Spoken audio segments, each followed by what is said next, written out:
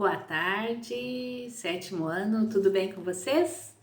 Então, nessa tarde chuvosa aqui, eu estarei falando com vocês mais um pouquinho sobre o Brasil e como os portugueses começaram a organizar as coisas por aqui. Afinal de contas, eles já tinham tomado posse da região, já tinham tirado bastante pau-brasil.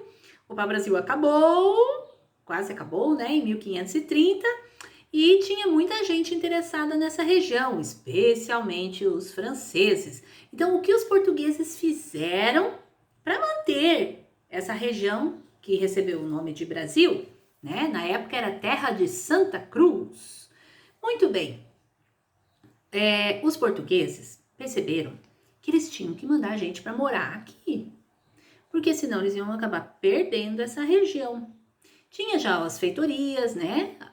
Alguns fortes eles construíram, tinha alguns soldados, mas não era suficiente. O litoral do Brasil é muito grande, então sempre vinham invasores e pessoas que buscavam riquezas aqui, buscavam também um pedaço de terra aqui. E nós vamos ter então, o rei vai parar para pensar o que nós vamos fazer para incentivar as pessoas a irem morar lá. Porque na realidade, o Brasil, eles não encontraram ouro, eles não estavam tão interessados aqui em explorar alguma coisa. Eles precisavam cuidar da região, porque o que dava riqueza mesmo para Portugal eram as especiarias que eles buscavam lá no Oriente, né? Então eles sempre estavam fazendo viagens buscando especiarias para revender. Agora aqui, como é que vai incentivar alguém a morar aqui? O rei pensou e chegou a uma conclusão. Já sei. Vamos fazer capitanias hereditárias. O que é isso, capitania hereditária? Era pegar o território e dividir em faixas de terra e doar essas faixas de terra para pessoas que pudessem vir morar aqui, fundar cidades, fazer a coisa acontecer aqui. Entendeu? Já que o rei não tinha condições de fazer isso. Então, o Brasil, lembra do Tratado de Tordesilhas, essa parte do lado de cá do Brasil, foi dividida em 15 grandes faixas de terra e essas faixas de terra foram distribuídas para 12 pessoas, 12 nobres ou militares lá de Portugal. Eles ganharam de presente do rei, cada um a sua faixa de terra, alguns ganharam duas, tá? Porque eram 15 faixas e 12 capitães donatários. O capitão donatário era aquele que recebeu essa faixa de terra, que é uma capitania hereditária. E aí, qual era a vantagem para esse capitão donatário? Gente, ele ganhou um pedação de terra aqui no Brasil. Aí ele tinha de vantagem, ele podia doar pedaços da terra dele para outras pessoas, convidar mais pessoas para vir morar aqui. Ele podia nomear, ele que ia naquela região, que era dele, ele podia nomear autoridades, ó, aqui vai ser um prefeito e tal. O que mais que ele podia fazer? Ele podia recolher impostos, tá, eu sei, por enquanto não tinha ninguém aqui, né, mas ele podia chamar a gente para vir aqui. Ele podia escravizar e comercializar indígenas, mau caráter isso, né, mas eles podiam fazer isso. Ele podia fundar vilas, que depois iam virar cidades. E todos os rios, ele podia controlar a navegação nos rios. Então assim, eba! Vamos pro Brasil fazer tudo isso? Acha que o pessoal ficou assim feliz? Teve nobres que receberam que nem vieram. Imagina se eu vou para lá. Porque tem as desvantagens, as dificuldades. Quais eram as dificuldades? Vai sair de Portugal, que é um lugar que eles estão acostumados, tem a casa, tem mercado, tem tudo.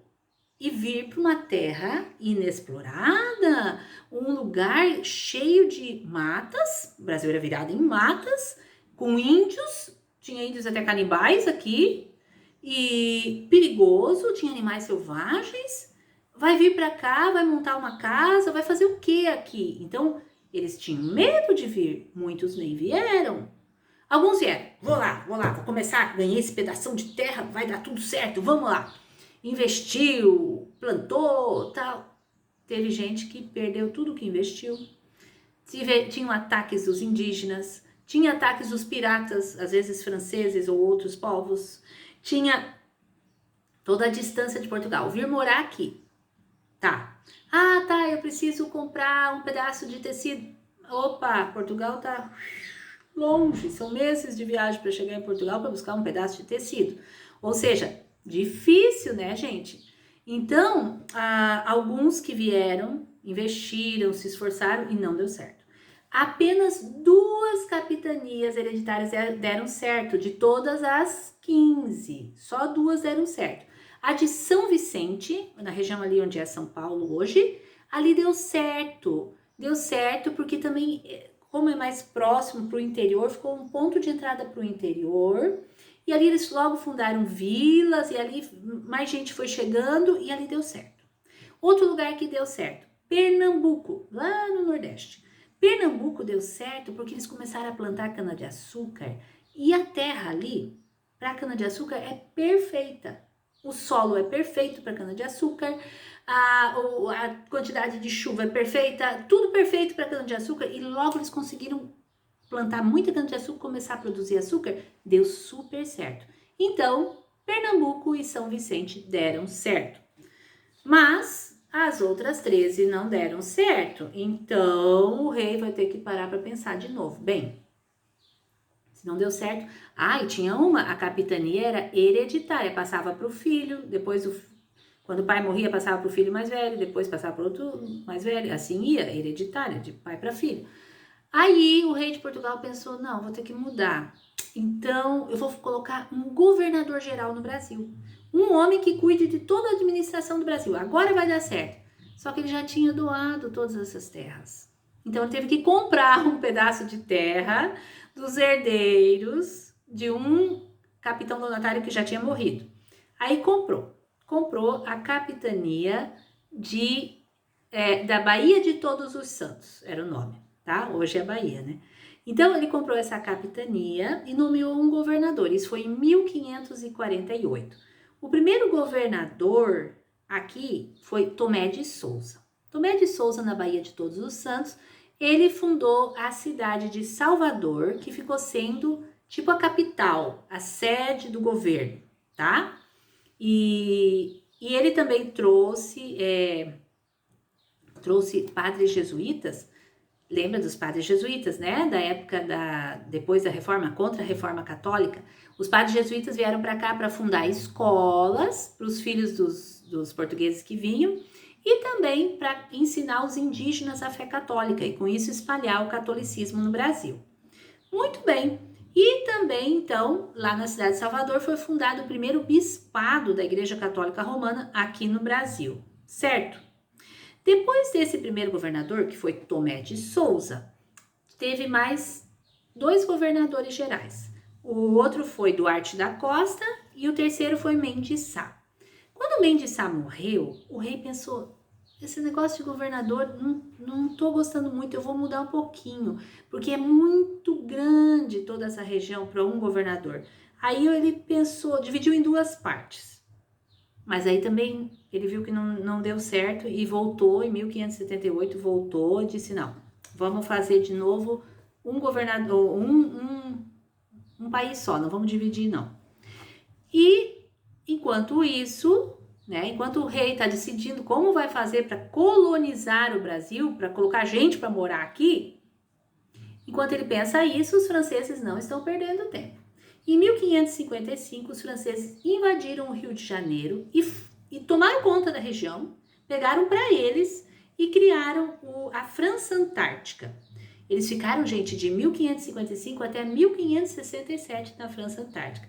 Aí o rei de Portugal se preocupou, que estava perdendo pedaços do Brasil. Mandou soldados lutarem até que conseguiu expulsar eles do Rio de Janeiro. Aí eles foram para outro estado do Brasil e ficaram lá. Aí o rei manda soldados, luta, e vai para o outro, E assim eles foram indo, subindo no mapa do Brasil, até que eles chegaram na região do Pará. Lá no Pará foi o último lugar que os franceses dominaram. Em 1616, o rei de Portugal mandou soldados, né? E aí eles conseguiram expulsar eles do Pará. Aí sabe o que os franceses fizeram? Dominaram uma região acima do Pará, que é até hoje deles, a Guiana Francesa, tá? Faz parte da França. Foi naquela época do Brasil, que o Brasil era colônia de Portugal, que os franceses foram sendo expulsos aqui do Brasil, até que fundaram a Guiana Francesa, que é deles até hoje. Certo, gente? Então, por hoje é isso aí. Nós estamos falando de como que o governo português começou a organizar aqui para pôr gente para morar e colonizar a região, para não perder para os outros, né? Então, por hoje é só.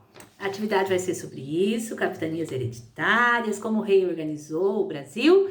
E faça sempre com as suas palavras e uma boa semana de estudos. Um abraço!